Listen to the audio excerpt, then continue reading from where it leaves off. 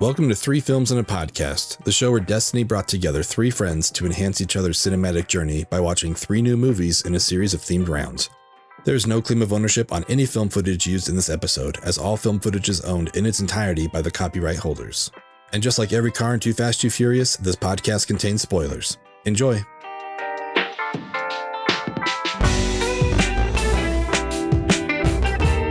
Hello, everybody, and welcome back to Three Films and a Podcast. My name is Ben Lawhorn, and as always, I'm joined by Tyler Beck. One more step, and it's the farthest we'll have ever gone in this podcast? I don't know. I was trying to think how I can make that be cool, but... You nailed it. Did I? Yeah, that's I think cool. it was perfect. Thanks. Yeah. I appreciate that. And as always, do either. Namarie. Which means... Means hello. Oh, okay. Nice. I was hoping I called your bluff. In Elvish. Yeah. Actually, it doesn't mean hello. Someone will correct me on here. How about you tell me what it means? There you go. There I'd we like go. that very much. Yes. Tell us how to say, like, Liv Tyler was hot in Empire Records. Elvish. It's gotta be amazing. How about just Liv Tyler is hot, period. Period. Well, I'm glad you're both with me. I'm glad to be here. I'm very happy to be Be here. fun. Yeah, for those new to the show, welcome to the movie club. For those of you returning, welcome back to the movie club. We're happy to have everybody here. You can find us everywhere at Three Films Pod on any of the socials.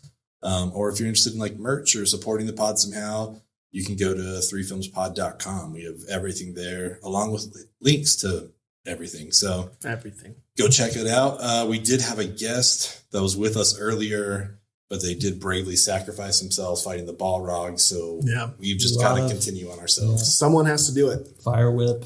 Yeah. The whole thing. That was a gnarly scene. That caught me off guard, actually. Oh, you didn't remember that? No, I don't remember anything what I've realized is that I don't remember anything about these movies that isn't a meme. Like, Oh, okay. This movie has been so memed that it's just like I'll tell, like, my girlfriend and I would tell our dog, like, all right, then keep your secrets, Right. you know, because we'll just like, But you had no So idea you where might it say came from. that it Yeah. means nothing to you. 100%. You might yes. say that. For you, So Ashley. I know we're doing a different Rushmore, but I feel like at some point we need to do like the Rushmore of meme movies. Ooh, And I think this is a great one. There's so many good ones, like the Confused Gandalf Yeah. thing, the Keep Your Secrets thing, the And One Does yeah. Not Simply theme. Like, Yeah. there's so many from this movie specifically, not just the whole Lord of the Rings trilogy. Yeah. I mean, there's a lot from there, but anyways, yeah. Well, it's crazy because we just came from the Matrix trilogy. Yeah. That's a pretty memed Yeah. trilogy as well. But Very this one was memeable. just like hit after hit. I was like, oh, okay, yeah, Every that's what scene this is is a from. Like, Yeah. it's pretty interesting. Every Scene a Meme? Is that the new Every name of the Scene a Meme. podcast? That's our Twitter pod. Ever seen it? No more little pause. We're doing every scene a meme. All right, that's not a terrible idea. We should try to figure out how to do that at some point. Yeah, not at all. That's why we keep them around. It's full of ideas. He's the idea man. Yeah, so this week we're beginning a new quest. We just wrapped up the Matrix as we talked about this whole summer. We're basically going to be covering three trilogies. So we're doing we just did the Matrix. Right? Next, we're going to be doing, I feel like there's, it's either the Dollars trilogy or the Man with No Name. It's the Clint Eastwood one, the spaghetti westerns, Good, Bad, and the Ugly. Is it like an official trilogy? Do the movies connect? I mean, I guess we'll find out. Yeah, I think Clint connects. So I think it's kind of like It's the same character in different. Yeah. Okay. So I think it's him, but It's like a Tom Clancy kind of thing. yeah, I Like, think so. I think that's kind There's of like what one it character. is. There's just a bunch of different scenarios. Yeah. Okay, cool. Or it'll also connect, but kind of the Yojimbo thing. Right. It's like I don't think Senjuro was like an official sequel, but like it was the same character, so it was. Yeah. But Okay. yeah, so we're gonna talk about that. But yeah, right now we're talking about arguably the most successful trilogy. Just like the three movies. Yeah. I think it might be. Like I know Star Wars branched off into bigger stuff, whatever, but It's definitely the most celebrated. yeah, Because I without mean, a doubt. yeah, it won a ton compared Yeah. to the other trilogy. Yeah. Critically speaking, I think it's the most successful. Like, I think the original three Star Wars are probably the most popular Yeah. trilogy, but it's hard to say.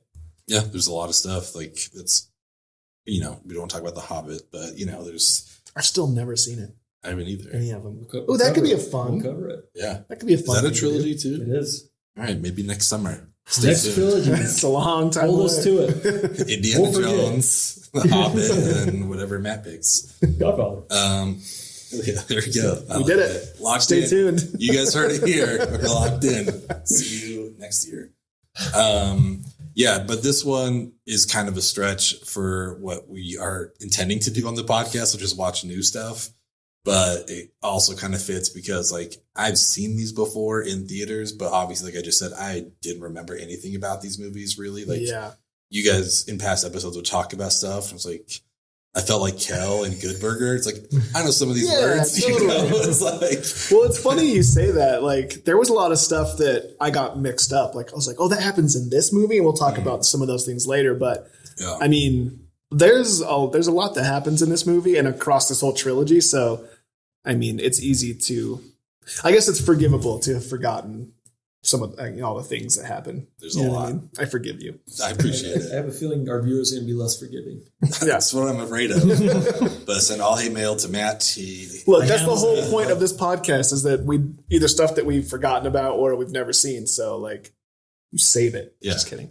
We love to hear it. The intern needs something to do. Give us some hate mail. Let us know. We did the trilogies earlier in season 1, and that was fun and a nightmare because we did all 3 movies in one episode. So that was like hard. I'm glad that's what it's branched off into, like this, and again, like the Before trilogy and Apu. Like I think those remain some of our favorites, and Blade is just like Blade. Yeah, it's awesome. Glad we did it. Yeah, we did it. Totally. Know? Yeah, I'll probably watch Blade before I watch the Apu trilogy again. Oh yeah, 100%. I love the Apu trilogy. The Walking Vampire. It's one of our favorite things we've ever seen. But like, I mean, Blade is inarguably more fun. Ice skating uphill, you know, always trying to do it. But so this time though, we're breaking each movie into its own episode to cover the whole summer. So yeah, let's get into this week's episode. Again, like I've done the intro, but why not second intro? You know, like I don't think they know about second intro. No, it's very important here.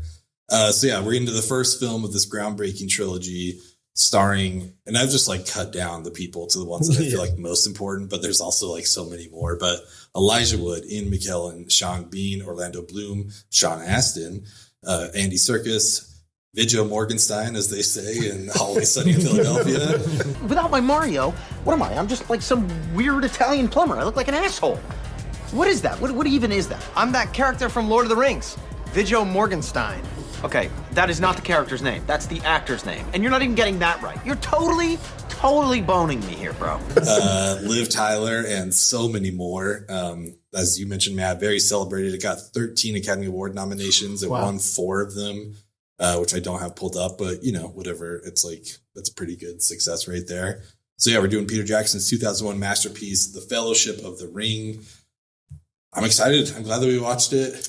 Me too, man. I felt a little weird picking it because I'm like, I know I've seen it and it kind of goes against what we do, but I'm just like, I need to rewatch it because I haven't seen it forever. So Tyler, do you want to kick us off with your thoughts? Totally, man. Well, I was so stoked that you picked it for a lot of different reasons. I mean, I've said many times on this podcast how much I love this trilogy.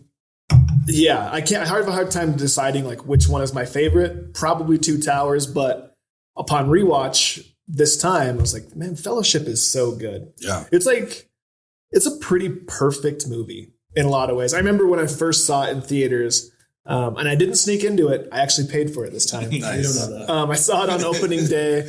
And I remember hearing some people complaining, like some real like Tolkien heads, you know, were complaining about how they like shoehorned in a love story. And to be honest, I don't know enough about the books to know if that's true or not. Yeah. But they were super bummed out about it. But I mean, I thought this then, and I think it now, like, who cares? Like, this movie is so You're probably good. bummed to see a woman on screen for more than 1 minute. Maybe. I don't know. Like, For $1, name a woman. Name a woman? Yeah. I read The Hobbit, and I think I read parts of The Lord of the Rings when I was a kid. And I didn't remember anything other than like, oh, hobbits and goblins and whatever. Oh, my. And I saw like the cartoon, The Hobbit, you know, the animated movie. I remember that thing. And so, I don't know, I think this movie is pretty much perfect.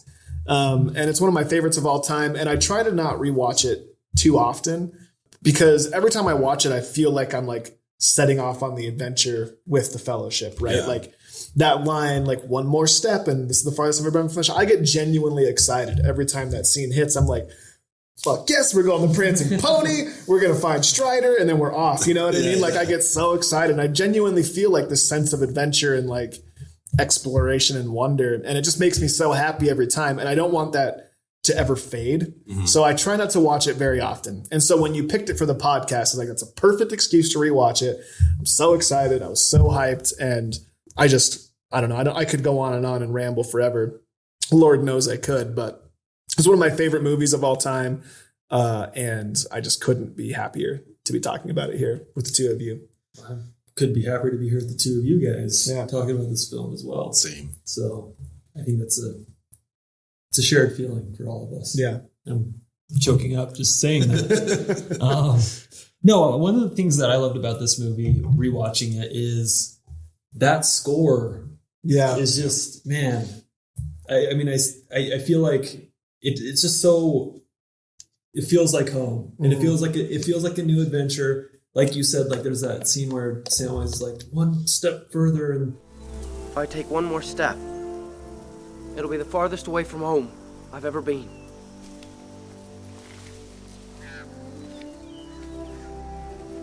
Come on, Sam.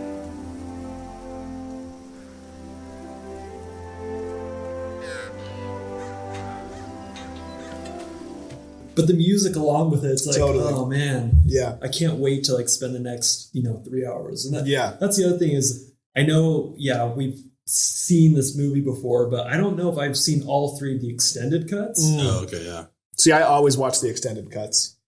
Nerd! I think I watched the first two extended cuts when they first came out, however long ago, and I don't think I've watched them since. I've seen the theatrical versions several times. Mm-hmm. But now we just live in a world where like every studio's shoving 3-hour movies down our throats. Yeah. So it's like, why aren't we always watching the extended cut? So it's a good excuse to finally get around to the extended cut. I feel like, yes, this is a celebrated movie, but it's also, and I don't think this is a hot take. I think this is a feeling a lot of people have. This has got to be the best adapted movie from a book. Where not in many according cases, to those Tolkien heads. where many people feel like the movies are better than the books. Now, I know Lord of the Rings is a beloved book series, and I love them as well. But the movie, I feel like this is one of those examples where Peter Jackson's vision and direction rivaled what you're getting on the page. I don't even, it's like, whether or not it rivals it, I think it's like, I mean, if you were to describe what the Shire looks like, Peter Jackson put it on screen. Yeah. If you were to describe what Mordor looks like, and I mean, someone did literally describe it. Ever heard of them? J.R.R. Tolkien. But like, when you read what these things look like and what these places are supposed to be and what these characters look like, to me, what we see on screen is just absolutely perfect. It's like exactly one of those rare times when what you're picturing in your head is what you get on screen. Yeah, and I feel like that's like a mostly universal feeling. I feel like most people feel that way. I haven't really met anyone who doesn't like these movies. Yeah. I haven't met anyone who like loves the books and hates the movies. But I do feel like the extended version, if you're just a movie person, maybe the theatrical cut is the better cut. Mm-hmm. Yeah. If you really like the books, or you just like Middle Earth and you like, that whole world, the extended cut's the way to go, because it does have like those longer, cuts. I love every time it's a wide shot with, you just see the little party and like Gandalf. I love it, dude. Like, every single time I'm like, put that on my wall. I know. And Alex would kill me. My whole house would just be covered with it's so good screenshots from Lord of the Rings. And then that combined with the score is just like, man, it's just so good. But yeah, I felt the time a little bit, but I enjoyed it because I just enjoyed being in that world. Yeah. Yeah, I agree. Like I said, I always watch the extended cuts. For me, it's part of like my personal journey I get to take every time I rewind. I'm like, hell yeah, dude, we're locking in 4 hours at a time. Let's do this. But yeah, you do feel it. I took a lot of breaks because, life happens, and it's hard to sit down for 4 hours and do anything without an interruption. But I am so excited to hear your thoughts and your experiences and everything. Yeah. So I broke it up into 2 sittings, and I thought I cut it in half. But then all of a sudden the credits start rolling. There's still half an hour left on the runtime. It's like, there's 27 minutes of credits. Like, holy shit, there's so much going on in this movie. Cause I'm like, oh, okay, it's like, whatever it was, like an hour and 50 minutes left. And then, Frodo says this thing and cuts to black. It's like, wait, what? I still had like half an hour. But I loved it. Like, I think from the limited research I did, Peter Jackson prefers the theatrical cuts. And I kind of wanted to look up what the difference was. And apparently, at least in this movie, it's a lot of stuff that sets up, things in the Two Towers and Return of the King. Like Aragorn, like singing or whatever, and Galadriel, like giving the weapons. I guess I don't know if you see that in the theatrical thing. Gifts. But yeah, the gifts. Like, most of which I guess happen to be weapons. But yeah, you would have to, because then how would you know why Frodo has the mithril and why Sam has the rope in the Return of the King? Like, they would have had. I can't imagine they don't show that in the theatrical cut. But I mean, it may just be like the extended the ceremony gift of it. That kind of a thing got extended out. But I enjoyed it, and I felt like. Obviously, it was like 3.5 hours long, but for me, none of it lagged. You know what I mean? Like, even after this first one, I was like, this was fucking amazing. How are these going to get better? Because I think overall it's kind of improved, for the most. I mean, Return of the King won for Best Picture. I think it kind of was like for the whole project, right? Just giving you like not like a project achievement award, not a lifetime MVP. Yeah, exactly. So I'm excited to see where these go, because this one I was just like so wrapped up in. I'm like, oh, this is awesome.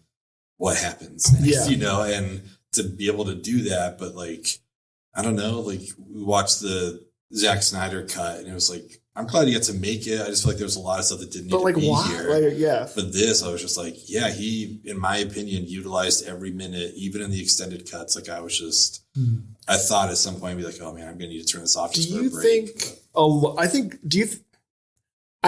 I wonder if you agree, if a part of the reason that it's so much more fun to watch this entire cut, like, I feel like I could watch another 2 hours of just this movie, right? Yeah. And I think it's just because of the attention to detail and the amount of work they put into like build these sets practically. Because before I saw the movie ever for the first time, the only thing I knew about it was I saw like some special on ET, like flipping through the channels, like Peter Jackson's new epic, Lord of the Rings. I'm like, what? They're making a Lord of the Rings movie? And then it was literally in the theaters like the next week. And they were showing all the work they went into to like make all these sets and do everything as practically as they could. Yeah. And I wonder if that's why it's so much more like appealing to sit and watch, because it feels real. It feels like a real adventure. It doesn't feel like, I don't have any problem with CGI when it's done right and it's effective and whatever. Like, we got to have it. And even some of the CGI in here, which doesn't hold up, I'm okay with, just because I understand the limitations and that it needed to be there. But like, they didn't lean on it. They went so hard on making sure everything was practical, and everyone did the makeup and the Hobbit feet and all that stuff was real. And I just wonder if that's why it's easier to sit with, because it feels real. It feels like you're actually going through this with these characters. I kind of like, for this one, obviously I don't remember the next two movies, but it's given me like the Chris Columbus Harry Potters, like the first two, where I'm like, okay, this is like, here's Diagon Alley. Like, let's show you kind of the lighthearted stuff. And, so here's the Shire. Here's all this kind of whatever. We still get some like dark places and some, intense scenes, but it did feel like a good setup. Just like, okay, I want to spend time here. Like, this is a cool place to be. And then, as the Harry Potters go on, they get darker, which I am assuming is going to happen here. But I know it's kind of cool to like spend time with them. I think that's also some of the extended stuff is like Sam with like that girl that he like likes or whatever. I think he said in the theatrical cut, we don't really spend time on that. But then the last movie, they're just like together. And so this one kind of like builds up at least a little bit to be like, so he liked her early on. So I don't know. I thought it was cool. There's definitely, again, like all the memes. What made me the Leo meme? I was just like, I know that is. That's what that is. It's cool. That over and over. There's the "and my ex" meme. There's so many in this movie. It's incredible. So much stuff. And the one thing I think that really got me, I was like, how did I not realize that's what it was about? I guess I didn't realize that My Precious was the ring. Like, I didn't realize that's what Gyllenhaal was referencing. It's like, I never knew really what he was talking about. I was like, oh, it's just like a creepy thing to say. But then like they do the story at the beginning, I guess, to kind of explain it all, which, you know, recently seeing Love and Thunder, it's like, I think they did a really good job of like, cool, let's catch you up. Here's what's going on. Here's how the ring was forged, whatever. Here we go. And I'm so stoked about that specifically because watching it this time, we see that like wide shot of this like sweeping battle and all this crazy shit happening. I'm like, I want to see that movie. Yeah. And I'm pretty sure that's what we're getting out of the Amazon series. Should be rad. I'm pretty sure we're getting that whole story leading up to the fall of Sauron. And so if we get to see like that battle realized, I'm very excited. I'm still excited regardless because I do think it's going to be better than what we got from The Hobbit. Again, haven't seen it, but I haven't heard many great things about it. And I hope that's the case. I really want to see all that. I liked The Hobbit. You did? We'll save it for another time. Yeah. Yeah. Well, I remember not liking it at first, but then I like watched the trilogy and it was just fun. I just once expectations are down, you can enjoy something a lot more. I think for me, I just love this world. So and I love the dwarves, and I know there's a lot of more of the dwarves. I feel like you'll like The Hobbit. Okay, cool. I've always wanted to see it. I just never got around to it. Like it hasn't fallen into this category because I haven't seen the first ones, but it sounds like the Edgar Wright thing because I think Guillermo del Toro was supposed to do The Hobbit and he dropped out. Which I was so stoked for. Yeah, and just like the sound of that, like that Hobbit, I feel like I definitely would have gotten to see. Like, hell yeah, like I want to see what he does with this, you know. And then, you know, for whatever reason that didn't work out and Peter Jackson took it back, which sounds weird to say, you know, he's like, it's kind of like his thing, but I just think even Peter Jackson wanted someone else's eyes on it. You know, and it would have been cool to see that. When it's like, it probably should have been one movie and it's a trilogy. But similar to these, it's like, if you like the world enough, then you're happy to spend the time there. Right. And you're happy to have these like added in, he added in some like Tolkien notes, like story notes. And that to me, that was cool. But you can tell like there's seams in the story where it's like, oh, maybe this should have ended right here. Yeah, you know? That makes sense. The biggest complaint that I've heard, I remember when they were filming it, is they chose to film it at like 48 frames per second or something like that. So it has like a very soap opera feel. Like it doesn't have that dreamy, like motion blurring quality that every movie has. And that was like the biggest complaint that I heard. It was people are like, you can just tell everything.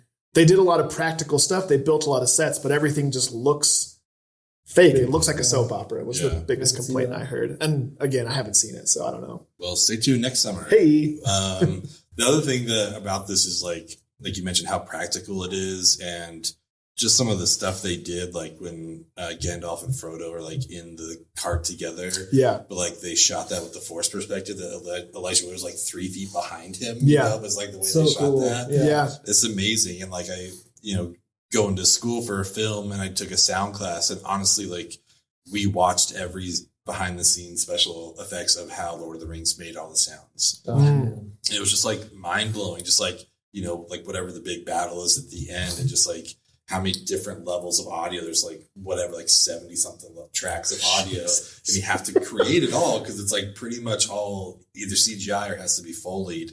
And they would just like show it to us like, okay, here it is with just the arrows. Like here it is with just the swords, you know, and then it was just like, it's mind blowing, but it makes sense why it was nominated for 13 Oscars and, you know, ended up winning so much stuff. So I don't know. I'm excited to like move on to, you know, the next 2 movies and just, I guess, have recently seen the trilogy for the first time in a long time. I'm so excited that you get to like have this experience because I mean, I space them out far enough that I think I mentioned earlier that I kind of forget like where things happened in which movie. And even that's like even certain things that happen. I'm like, oh yeah, I forgot that happened. So like I kind of get that experience in miniature every time I do it. But like you're going in about as fresh as you can get it because that was what, 20 years ago that you saw these things for the first time? 2001, right? I know I saw it in the theaters, but that was just like after that. And I bought it when it came out. Like I've owned the Blu-rays forever. You know, it's like back when that box was like $100, that gold box. Like I got. Just feels like it feels like something you would have to, if you collect DVDs or whatever. Like you have to have these in your collection. Exactly. You have to. One thing I did want to comment on was I loved watching this, and like I've already commented on the score. The score is amazing. I love how earnestly they give these performances. Like, I remember how close knit this cast got while filming this, and like how big of a deal at least it was to them, like before it like exploded and got big. But like they're putting it all into these roles, and like I don't know anyone who could do the role that Elijah Wood gives us in this movie. Mm-hmm. Yeah, like plays Frodo the way he's playing Frodo. Right. And it's crazy to me to think that they're delivering some of these lines and the music complements it so well. Like I can't even imagine them doing it without the music. Right. It's crazy that like they shot these all back to back to back. Like they spent 16 months straight just shooting it. Whereas now it'd be like, let's do the first one. Let's see what the reception is like. But that one's like, no, we're going to do it all at once. And that's like an even elevated version of, again, we talked about the Matrix, like I brought up with Morpheus. And all those guys were just like, they had to buy in from the beginning because that's a weird fucking story, you know? But like, you know, if Lawrence Fishburne's like, I don't know, it's like the Matrix. Like if he's half-assing it, you're not going to buy into it. And it felt the same here where it's just like, there's a split second of like, man, Elijah Wood like looks kind of funny, but he's into it. You know what I mean? And then after that, it's like, no, I'm into it. Like Sean Astin was awesome, you know, just like, so like you said, earnest. I think that's the perfect word for it. Well, yeah, and like the commit, like in the same way, Lawrence Fishburne had to really go for it with Morpheus and really commit. Like you're speaking Elvish, right? You're speaking a made up language. Like Liv Tyler is like gorgeous and ethereal and whatever, and like, but like she's speaking Elvish. It's like it's the same thing with like, you know, when in Star Trek speaking Klingon or whatever. It's just like you really have to commit, and you have to like. You have to believe you're an elf speaking Elvish, like, right? And they do it. He's like seeing this like Elvish romance him, right? Yeah, exactly. It's like you buy it, but they're all in. And Elrond is like, I mean, Hugo Weaving's the absolute shit, but it's like he's an elf speaking Elvish to a bunch of dwarves, and like, but you buy it. I mean, I do. He hates men. He hates them so bad. No, that makes me think of. Did you guys ever watch Extras, that Ricky Gervais? No, I've seen a few episodes, but I never watched it. There's one. I mean, I'll play the clip, but he's like auditioning for a play that was written by Ian McKellen, you know, and just like the whole bit, like he's just like, now you won't be able to have the script on stage with you. And Ricky Gervais is like, yeah, no, I get it. He's like, no, you have to memorize all the words. Like, I'm not a wizard. I had to pretend to be a wizard. You know, it's just like explaining acting, and everyone's like. Yeah, no, we understand that. You know, like, it's just so funny. But like that's genuinely what it is. It's this dude who's like, I mean, about to play Magneto. I guess he hadn't at that point, right? Like when did X-Men come out? I was actually thinking about this, right? Yeah. So he like in between playing Magneto, he goes and plays Gandalf. It's fucking crazy. But what a legend. How do I act so well? What I do is I pretend to be the person I'm portraying in the film or play. Yeah. You're confused. No. It's perfectly simple. Case in point, Lord of the Rings. Little Peter Jackson comes from New Zealand, says to me, Sir Ian, I want you to be Gandalf the wizard. And I say to him, you are aware that I am not really a wizard. Yeah, it was so good. Everyone was bought in. One last note about the music is... sometimes, you know, we'll just like be doing puzzles or something in our house, and like on YouTube they have like you can be in the, you know, whatever Gryffindor common room. It's just like playing Harry Potter music, and we've done Lord of the Rings music. And so then I'm watching this, and I'm like, I know this song. It's like I recognize this. Like that's awesome. I totally get this. So that's been like the closest tie I've had to Lord of the Rings in the last 20 years. But that's great. Yeah, as we've covered, it's been a while since I've seen it. I didn't remember it. I think you guys talking about it was my elevator pitch. I'm like, I need to see this because you guys like were super stoked on it. Yeah. But for someone else who's in my shoes that hasn't seen it, I think it'd be interesting to talk about what you would show them as your elevator pitch to get them to buy into this maybe before the Amazon thing comes out. So Tyler, what would your elevator pitch be? Before we get started, does anyone want to get out? I've mentioned this scene time and time again. It's my own personal outlet, my own personal answer to my Clubhouse question. What could I experience for the first time? And my answer to this is always and forever going to be Arwen casting a spell and turning the river into horses and wiping out the raids. I mean, obviously I'm picking that because it's like so personal to me. Like even still watching it, I'm like, fuck yes. Like the shot of her in the water and the rays on the shore and the, you know, the wide shot of the landscape and everything, like put that on a t-shirt, put that on my wall. Like I don't have any tattoos or really any desire, but like I would consider that. Like I just love it so much. It's so cool. And it was so unexpected in the moment. And even still, it looks awesome. Like it's obviously CGI. They didn't do that practically, but it still holds up. It still looks awesome. And it's such a really cool, powerful way for her to win, right? Like those wraiths are obviously stronger than her. She is a very fast rider, but and she can enchant her horse to run advantage, right? Like, but like it's just such a cool way for her to win. And I think like if you're trying to talk someone into watching this movie, it's like it shows. Like Peter Jackson can really shoot tension into his scenes. Yeah. Like there's a lot of like horror elements in some of in a lot of the scenes here. Like he really knows how to like create tension and horror and I mean all the emotions really. But it's a perfect way to show like this movie has action, it has fantasy, it has sci-fi, it has a little bit of like really cool looking scary characters and really cool looking not scary characters and. It's just like this is to me. It's everything about the Lord of the Rings without showing you anything about the Lord of the Rings, right? Yeah. Like you see Frodo, you see Arwen, and like it's not a main. I don't like to do spoilers for my elevator pitch, but it's like this is everything that you're gonna get in Lord of the Rings. Like it looks fucking awesome. It's really cool, and it's just I don't know, one of my favorite movie moments of all time. I think it's like I really enjoyed that scene because that's something. In the past 2 years, whatever, doing this pod that I pulled up that scene because you've talked about it. Yeah. And I guess outside of the memes, like that's one of the few things I'm like, oh, okay, that's like, you gave me the context for it. Yeah. I didn't really understand. Like, I don't know, obviously like running from people, but so that was pretty cool to see. And I'm excited for that in the next couple of movies too. Cause I know there's been some other scenes. Like I know there's some point where someone comes back and everyone's stoked through the middle of a fight. I'm like, all right, cool. I'm excited to see that again. I don't know what that is, but I'm excited for you to see that too. Well, I just love, because those wraiths are so scary and obviously so powerful. Like everyone in Middle Earth is afraid of these wraiths. And Arwen, I mean, she says straight up, like, I'm not afraid of these guys. Yeah. And you believe it, right? Like, I'm like, yeah, she's not. Like, she's awesome. She's a badass.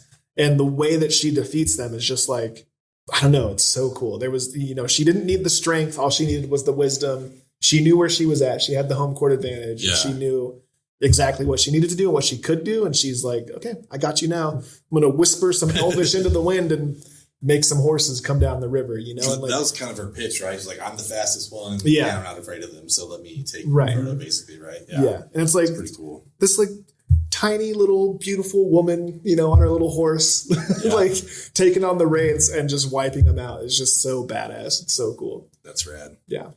Yeah. I feel like each time I watch this movie, I could probably come away with a different elevator pitch. Yeah. There's just so many great scenes in this one. The one that stuck with me this time, there's not a lot of people I know that haven't seen these movies, but I happen to live with 3 that haven't. And so they've kind of gone through the Stranger Things series, which is remixing some elements from tabletop fantasy, which was heavily inspired by the Tolkien epic fantasy novels.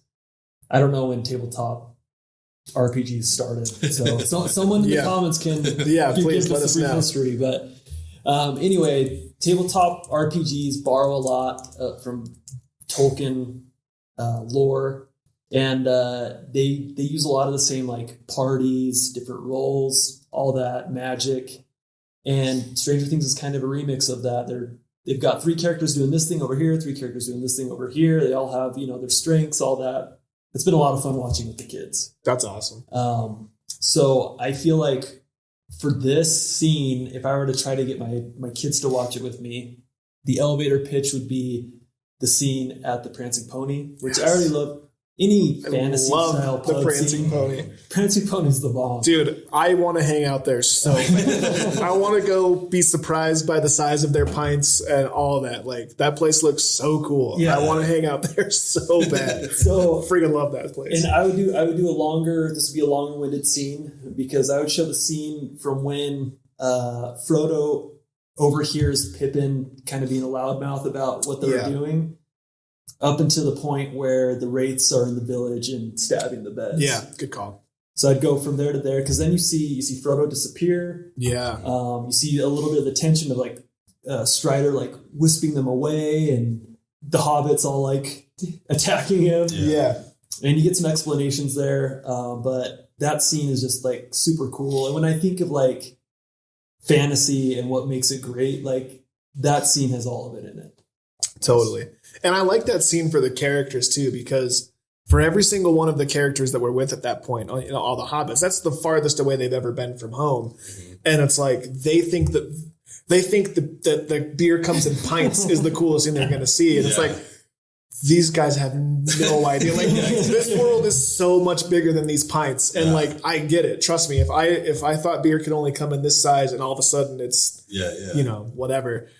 Yeah. I just think it's a really cool moment for the characters because they think like, this is the adventure. We're having an adventure. It's like, oh, you sweet summer children. You have no idea. It's really cool. That was one of the interesting things too on this rewatch. It's really just kind of a first watch, but how they all got together. Like, I guess I thought they all banded together and like, we'll all go off on this thing. But, you know, like Sam's like, I forget exactly what it was again. I was like, I have everything you can do for me. It's like, so you have to go take care of him. Yeah. Then they just kind of like run into Merry and Pippin and they're like, we'll come. Like, sure, we'll go. You know, it's like, I just assumed it was like, we'll all band together and go and do this. And it's just like kind of it was made me think of like, it wasn't necessarily like a reverse get the band together, but just like a really haphazard, like get the band, like it wasn't like an Ocean's 11, like let's get this guy. It's just like whoever runs into us as we're walking is going to come with us. I'm like, oh, okay, cool. It's like we'll pick up this weird guy at the bar. Like, they're going to come with. But for me, I went with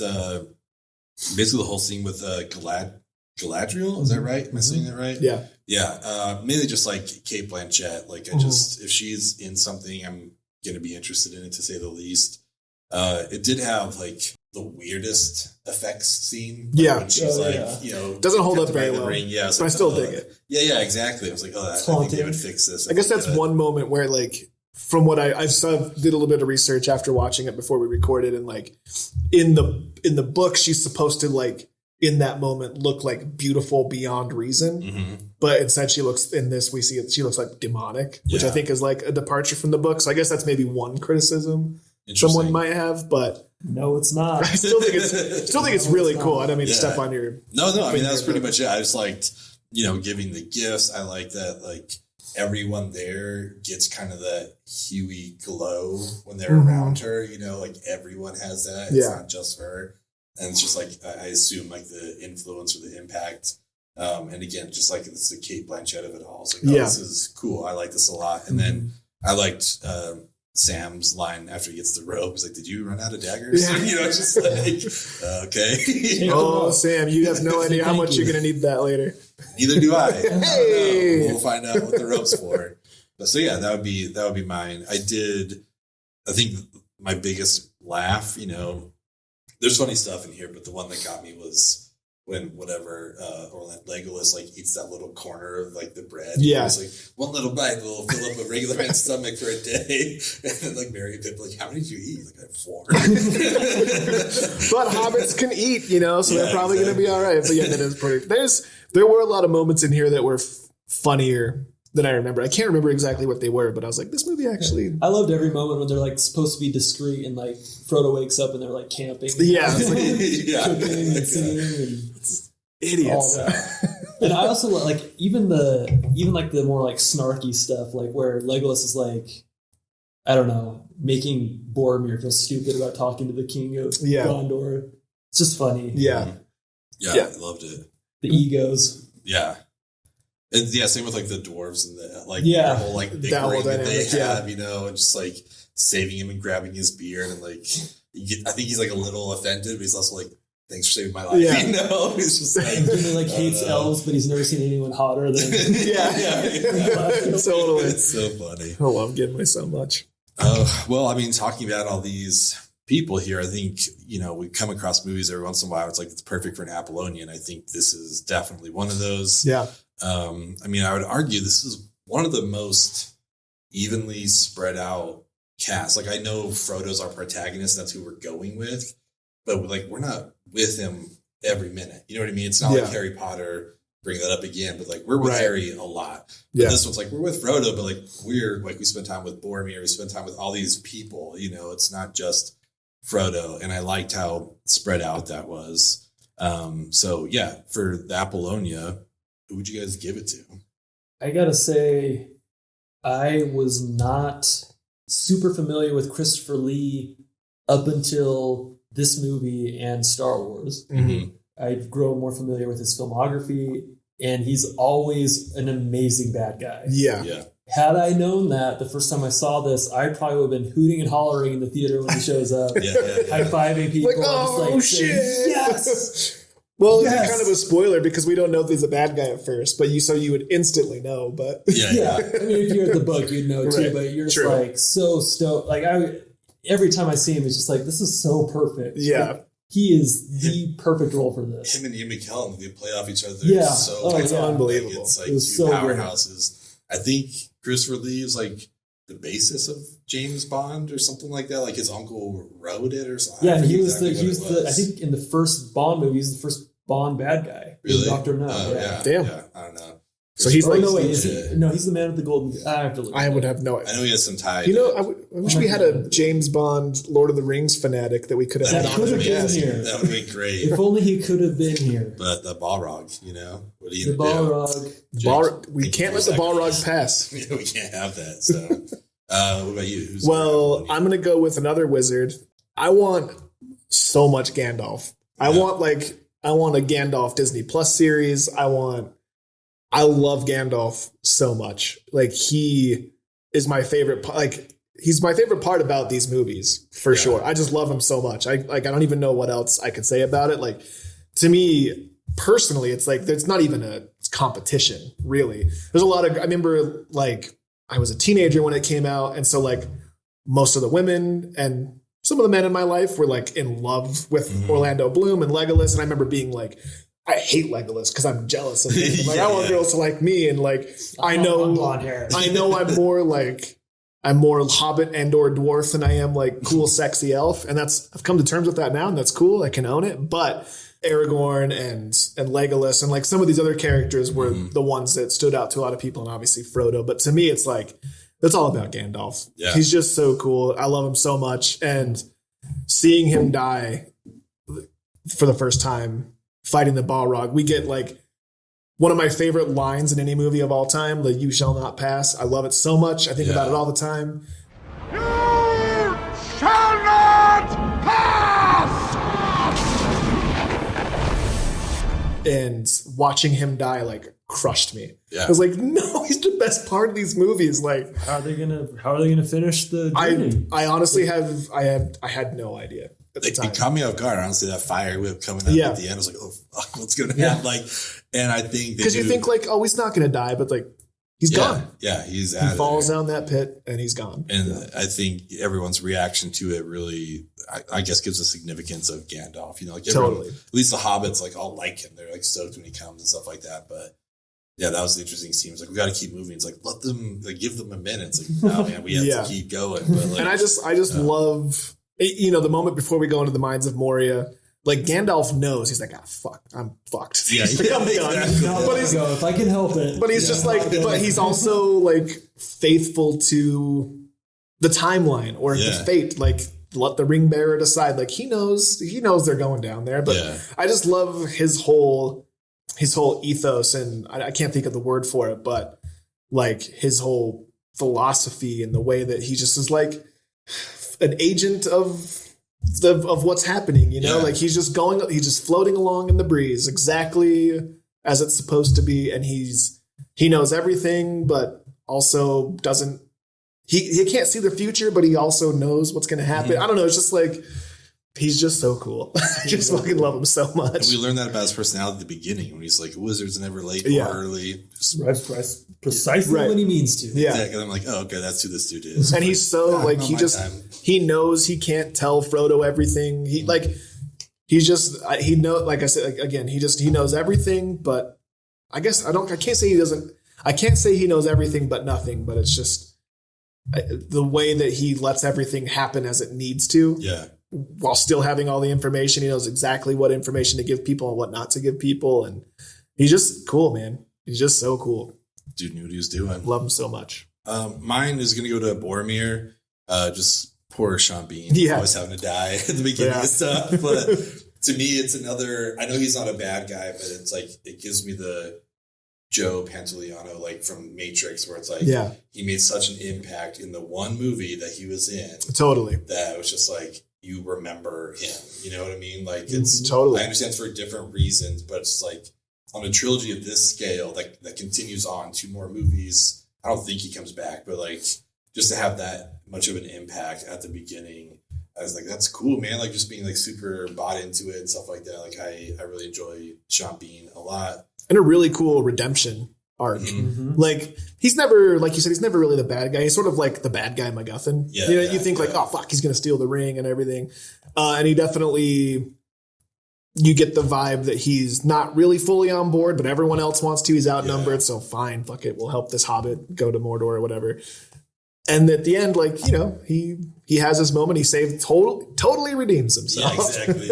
Who's Viggo Mortensen? The Aragorn? Aragorn. Yeah. Like their little thing at the end, you know, he's like, I'll protect the White City. Is that what it's called? I think so.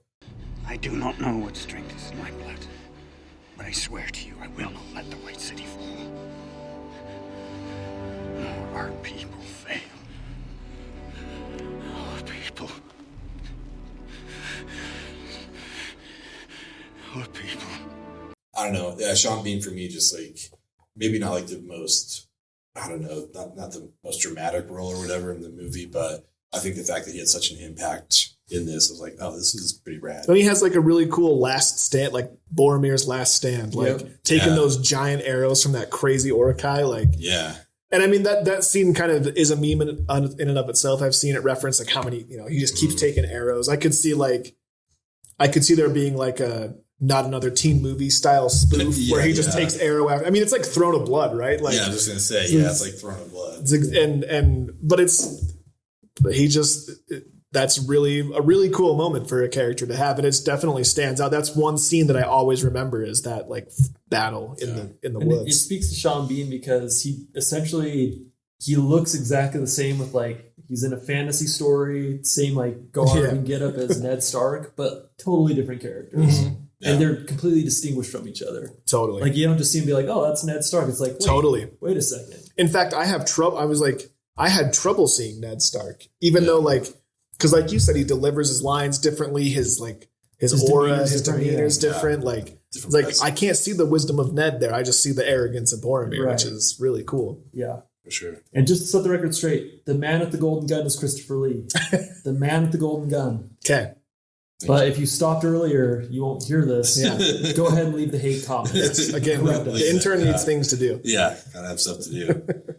Well, I think it's time for our first Three Films Pod First, which I'm excited about. Well, it's been long talked about. It's behind the scenes. This is a theme in the pod. The first time. We've discussed it, but I think it's finally time to dig into it. Matt is properly garbed for this segment. Oh, my word. What? Yeah. What a coincidence. To be. We're going to do our first Gyllenhaal of Fame, which I'm very excited about.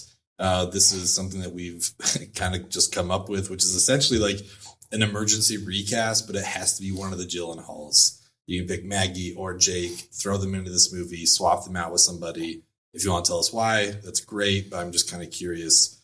So Gyllenhaal of Fame, who are you putting in? Who are you taking out, Matt? I thought about this, and I think both Gyllenhaals could do a great job in several of these roles.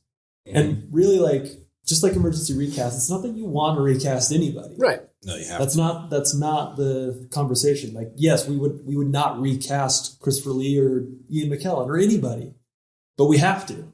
We don't have a choice. We have a Gyllenhaal. We have to pick one if there's only one role to fill. But anyway, I thought long and hard about this, and I would love to see the leader of the Uruk-hai orcs, Lurtz, played by Maggie Gyllenhaal. Yeah. I would love to see that showdown on the shore of the on the banks of the river. Yeah. I'd love to see her take in that sword from Boromir, or just pull it in. Yeah, sir. It's a pretty badass moment. It is. It's super awesome. I like that idea a lot. I think Maggie would definitely crush that. That'd be hilarious. I would love that so much. So I until this moment, didn't know that character had a name. So I didn't either. Yeah. When I just realized that that's Lurtz. And I'll be honest, I had a hard time with this question. I can't think of a real answer for this. And much in the same way, Matt wants to make Maggie be Lurtz. I was like, well, let's just make her be Gollum. Hell yeah. Let's just make her Maggie's gorgeous. I love her. She's great. And it's a complete, I don't know if it's a waste of her talents. The voice acting that she would get to do and the way that she could walk around and stuff. But it makes me laugh the most until Matt said Lurtz, and I'm like, damn it, that's so you'd keep the CGI of Gollum, but she would do the voice. She would do the mocap for it. Oh, the mocap. She would do the mocap. Nice. She'd be the one crawling around and stuff. And we get to hear her squeak out Precious all the time. I don't know. That's the only thing I could think of that made me laugh the most. Yeah, but then Matt said Lurtz, and that makes me laugh even more. So I don't know. Poor Maggie. We're really giving her the runaround here. I think Maggie would have the time of her life being Lurtz. Yeah. Totally. I think so too. Watch out, Andy Serkis. But it's like, I don't know. I just like, Gyllenhaal, I was like, maybe Jake would be fun as Frodo, or like Maggie might even be kind of fun as Gandalf. Or she could replace Arwen, but like, I think Liv Tyler was like born to be Arwen. So it's a really hard movie to recast. I don't buy Jake as Aragorn all that much. I don't know. What did you pick here? I mean, my earnest answer was Jake as Legolas. Like, I think it could be kind of interesting to see him do Maggie that. as Legolas could be cool too. Either one, would have been great. But to go along with the theme of just like having fun, like I just want both of them to be Merry and Pippin. Yeah, I love that I think so it'd be much. so great to see them like bring them both. Yeah, like we know their familial dynamic. Obviously, like we see it a little bit in Donnie Darko. You can go suck a fuck. Oh, please tell me, Elizabeth, how exactly does one suck a fuck? You want me to tell you? Please tell me. We will not have this at the dinner table. Stop. But it's like, let's just make them be buds and spend all their scenes together. That's the real answer. I think it'd be kind of fun. I love Merry and Pippin. I don't think they're replaceable, but that would be really fun. Yeah. And I just like, again, like I don't have the affinity for these movies that you guys do. So I don't have like the connection to Merry and Pippin. So I'm just like, after my first watch, they're the most expendable. Yeah, totally. No, that's a good. They're a lot of fun, but it's like, Viggo Morgenstern. Always Sunny. It's just getting in my head. Viggo, if you're listening to this podcast, dear Viggo, subscribe. Please come on. We'll talk about Eastern Promises. So that's why I go. I want both of them to be Merry and Pippin. I love that. That'd be fun. And then I think it's time to wrap it up here with our Rushmore. These are OR scrubs. Oh, are they? We are doing our condensed combined Rushmore for sake of time, but I'm actually kind of liking these because it's kind of fun to have one built in, like just make a solid Rushmore, just 4 selections. So what we're going to do is the best places to live, kind of the movie universe as wide or as, like specific as you want to be. I specifically went with the Shire just because watching this and like when people go to New Zealand just to go see that, what I mean? Like it's beautiful. It looks it looks cool. Obviously like Rivendell, there's other places that, are beautiful, but I go with the Shire. I'm kind of curious to hear what your place would be, what movie universe would be your selection. So Matt, do you want to go first? Yeah, I'm a Star Wars guy. I don't hide that, but I can't get excited about living on Tatooine. Totally. The sand is coarse. I hate it. It's everywhere. I would actually choose to live in Toontown. Yeah. From Who Framed Roger Rabbit. Yeah. Hang out with all kinds of different cool IP. Maybe, I don't know, deliver some pizza to Jessica Rabbit. Sure. Yeah. Just got to avoid the dip. That's Other than that, you're good to go. Oh, man. It's Man After My Own Heart. That's one of my favorites growing up. I haven't seen that in so long. Have you watched the new Rescue Rangers on Disney Plus? No, I haven't. I think they did a really good job. I think it's an easy comparison to make, but it's a spirit sequel. Yeah. They did a really good job with this. Oh, it's the same kind of thing, like live action animation mix. Yeah. Oh, that's cool. Yeah, it's pretty fun. I dig that. I take it the mice or whatever are animated, and then everyone else. And even then, that's like there's like an elevated level to that also. But then there's humans in it, and I don't know. There's so much cool worth stuff. the watch for sure. Okay. Yeah. They're mice, right? Or are they like chipmunks? Okay. Chipmunks. Yeah. Maybe a watch party. Who knows? Oh, that'd be fun. Disney Plus works for a watch party for a while. So yeah, what would your selection be? I had a hard time with this one, mainly for like what you were saying, like all of my favorite places. I'm like, I wouldn't want to actually live there. Yeah. Right? Yeah, like I'm really drawn, like, so like the Prancing Pony is a great example. I want to go hang out there so bad, but I want, like, that town looks kind of miserable to live in. Mm-hmm. Like, it's, we see one night where it's rainy and whatever. Mm-hmm. But like in the same thing, like I was thinking, like, I'm really drawn to like those scenes in pubs and movies where there's like an obvious community and there's like all this revelry and like, and it's, you know, there's like a brotherhood there or whatever, or a familyhood, I guess you could say. And so like season 2 of The Wire has a lot of that, but I wouldn't want to live in Baltimore in The Wire, but like, I want to go hang out. Like there's something appealing to me about like the dock workers and the bar they hang out with and that brotherhood and that just like that simple way of life. You know what I mean? Like I thought it'd be cool to live on the Milano with the Guardians of the Galaxy and fly around. Like there's all sorts of different places, but like I don't want to have to like fight aliens. I wouldn't want to like, I wouldn't want to live in Gotham, although it looks cool and it seems like there's always something going on, a lot like New York or whatever, but I don't know. So what I came down to is like, I just want to live in a Miyazaki film. Not necessarily Princess Mononoke, not necessarily, more like the town that we see in like Howl's Moving Castle. Okay. Yeah. You know what I mean? Like, yeah, for sure. Like, or even in Howl's Moving Castle itself, but just like any of those towns with the cool bridges and all the things. Or like, the bathhouse in Spirited Away. Yeah, that place is like any of those places. Like, I just want to live in a Miyazaki film. I think it's an awesome choice. It's a great pick. I think being in the castle would be awesome. Just the way that door works. Yeah, you can totally. Go wherever you want. Right. But then, that'd be super fun. Super cool. I went with. I mean, mine's kind of the same. I had the same thought as you guys did because, like, I went with Hogwarts because I think it'd be fun. Like, I love the Harry Potter franchise. I think it's like the 5th time I've mentioned it. What this episode. I think it's funny because if the roles were reversed and we were doing Harry Potter, I would compare everything to Lord of the Rings. Every time you do it, I'm like, I totally get it because I would do the same thing on the other end. Yeah, it totally makes sense. So yeah, there is the qualifier of like I don't want to do it when there's like a troll in the dungeon or when Voldemort's there or anything like that. Like I don't want to like die, but like the school itself when they're setting up the movies and the staircases are moving and the Great Hall dinners and stuff like that stuff looks super fun. It's amazing. Actually, with my girlfriend, we toured the actual place in London. And it's like amazing. It's so cool to go see that stuff. So in happy times, like maybe after Harry Potter, like once he's, taking care of Voldemort and stuff, I'm like, all right, I'll go there now. Yeah, that was the hardest thing for me. I'm like, all these places, like I'd have to I don't know. Yeah.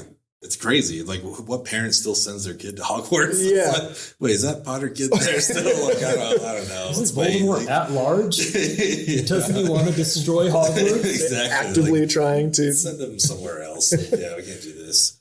So yeah, that would be my pick, just because I love that world so much. But there's a lot of really cool cinematic universes, or even just one-off town. I was doing some reading, some people were talking about the Fifth Element or whatever. Is that New York or LA or whatever? It's like a sky, right? Yeah. Floating cars. And that does look pretty cool, but it also looks like it's kind of miserable to live there. Yeah. You know what I mean? Blade Runner, it looks cool, totally. but it also looks miserable. I'd rather just watch it on my TV. Yeah. I'll let Harrison Ford deal with that. This is how I want to enjoy this. Yeah. One that I liked that I thought would be interesting again in the right elements is Wakanda, because they have the coolest shit. Oh, that's a really good one. And they're protected, everything. Oh, that's really good. Whatever. They don't have a Starbucks though. That's true. That's very true. Or the Olympics, but pre-Winter Soldier showing up. It was when it was calm and it's just let's just make cool shit. Yeah. No one knows we're here. That's a pretty rad place to be. We can ride these rhinos around and just do stuff. So that's a really good one. I'm curious to see what they do for. We'll find out later this year.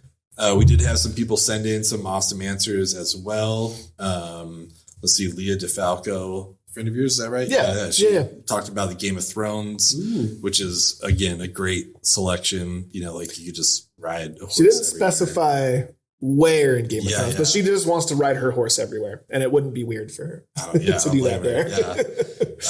hopefully Sean Bean's still alive when she was writing. Brian Silliman did Rivendell. We got a few people here that like our prompt was about the Shire, but I think people actually just like there's so many cool places in Lord of the Rings. Rivendell's a great pick. For me, it's beautiful. Yeah, it would be. I just am like, so that was actually a question I was going to ask, but I decided not to. But I'm going to do it now, anyways.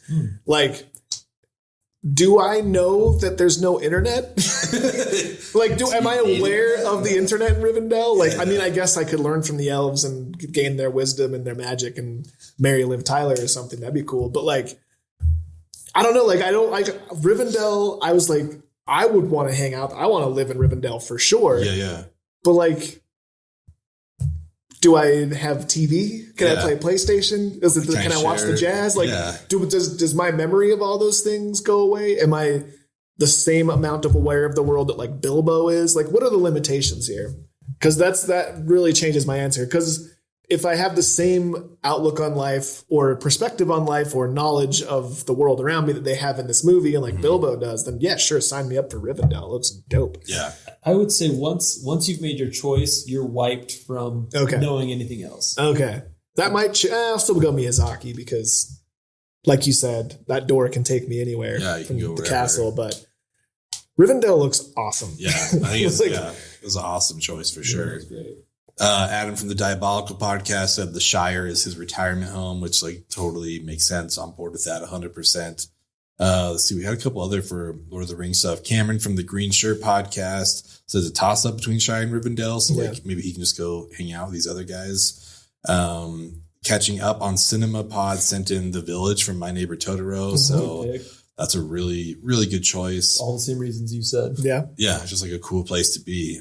Thomas Carter Rochester, who's going to be on here pretty soon, actually. We're doing another auction draft, so you'll see him soon. But he chose a galaxy far, far away, even though he'd probably end up as a peasant on Tatooine. I was like, listen, man, you just got to be careful for the two sons, you know? Like, there's a couple people we saw get burnt up at their house, so I don't know if it's due to the sons or what, but Leah from She Will Rock You, Naboo, pre-Phantom Menace. I think maybe she just wants to get in on the pod racing, just like set it up and do all that. Let's see what else. Pick. Yeah. A lot of Gungans. Watch out for those. Jesse from Recasted Pod said, drop me with Hagrid in a canoe on my way to Hogwarts, so I'll be hanging out with you guys. Jimmy from Two Guys, One Crime said the M. Night Shyamalan universe, which I think to me totally makes sense. It's a very cinematic place, so I'm totally on board with that. And although Ethan didn't answer, I just assume he's just going to go wherever Jake is, wherever Mysterio's going to be. Yeah, that's where he wants to be. If it's like 616 or whatever. Whatever world Mysterio's created to live in. That's right. Don't do it.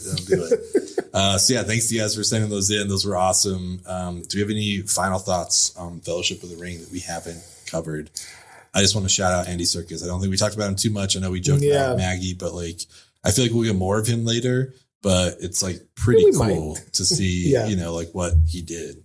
So obviously this is adapted from a book. So it's unfair to put it in the same category as Star Wars. But I feel like this is one of the best setups to a trilogy out there. Yeah. And even though they already the books had already been written, the second, this is adapting one novel. So obviously there was a sequel novel, but this sets up so much, but at the same time being its own thing in such a great way. Yeah, absolutely. I'll never forget the first time, I don't know if I knew it was going to be a trilogy. I don't really remember what I knew going in, but when it ended, I was like, you gotta be fucking kidding. I was so mad, but I loved it so much. I just wanted to know what happened, right? And it was perfect because I was like, you had me. I already bought my ticket for the next movie, right? Yeah, 100%. Well, I feel like it's immediately rewatchable. I could watch it again. And like you said, you don't want to watch it too many times. You don't want to burn through it. But I watched 3 hours of it and I'm not sick of it. I could watch it again right now. Totally. 100%. I almost threw on Two Towers on the next. I watched this on Saturday. I was going to watch Two Towers on Sunday. No, I'll save it. But that's the power it has for me. I'm I just want to keep going. That's what I felt after that last shot, because however you felt, I guess that first time seeing it, it was just wait, now what? It's totally. Cut to black. What's going to happen? So, I did have next week. I did have a question for both of you. Which character not necessarily your favorite, but which one do you think you identify with most? Like, which one do you think like is like for me? I've always thought it was Gimli. I'm like, I'm Gimli. Like, I'm short and I'm squat and but like the more I watch it, I'm like, oh, I'm for sure a hobbit. Like, all they do is hang out in their village and like drink beer, hang out, and smoke weed. I'm like, yeah, it sounds pretty rad. Like the old, I'm like, I don't want to go on the adventure. I mean, I'm down. Like, I love adventures, but like, I'm just mainly stoked at stopping at the Prancing Pony, hanging out with the elves in Rivendell. Like, all the stuff in between is like, you know, you got to do what you got to do. But I'm like, for sure a hobbit. That like, makes sense, I don't feel like I identify with the warrior, you know, dating an elf babe and like king heir side of Aragorn. Yeah. But I do identify with the imposter syndrome side of it. Okay. Probably so like from an emotional place, I feel like I probably identify most with Aragorn. Okay. But none of the other like cool stuff that he has. Yeah. All the bad that he has.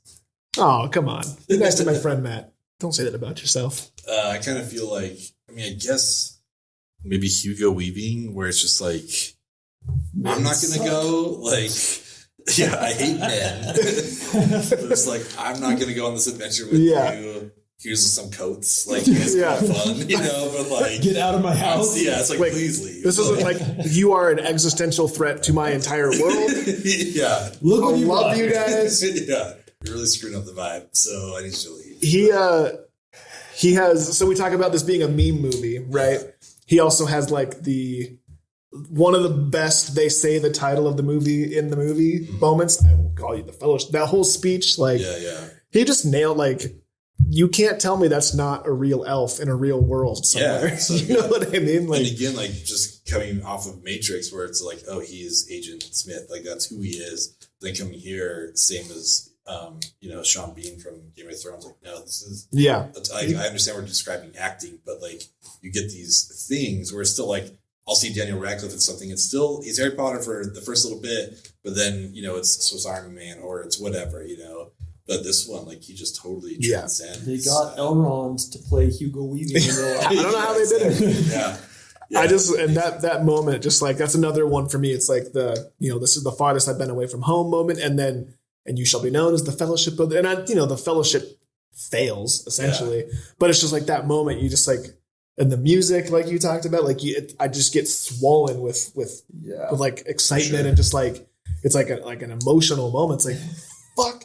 Yes, the fellowship right there. Look at all these people banding together, you know, all these creatures. And I don't know. Elrond's cool because he's like kind of a dick, but he's like still a good guy. Yeah, totally. Questionably a good guy. Yeah. I guess, it's kind of like, I'm supportive of you guys. I'm like, I'm not going. He's like, look, I fought this guy once already. It's your turn. Like, you already blew this one. You guys have a blast. But he's also like kind of endearing towards Aragorn. Yeah. Like, you can tell he hates respects men, but also like, he likes this one man. Yeah. A lot of that going on here. Even though his great-great-grandfather blew it for everybody. Yeah. And just a clarification from our Matrix episode, Samara Weaving is his niece, not his daughter. I spoke incorrectly, but I forgive you. It's still pretty awesome. But yeah, I loved it. I love that conversation. I really am stoked that we watched this movie, and I'm excited to move on to Two Towers next. And I don't know, this is going to be a lot of fun. So thank you all for joining us. Again, you can find us anywhere at 3filmspod. Let us know what you think of this movie. Hit us up on Twitter, Instagram, wherever, and we'll see you next week.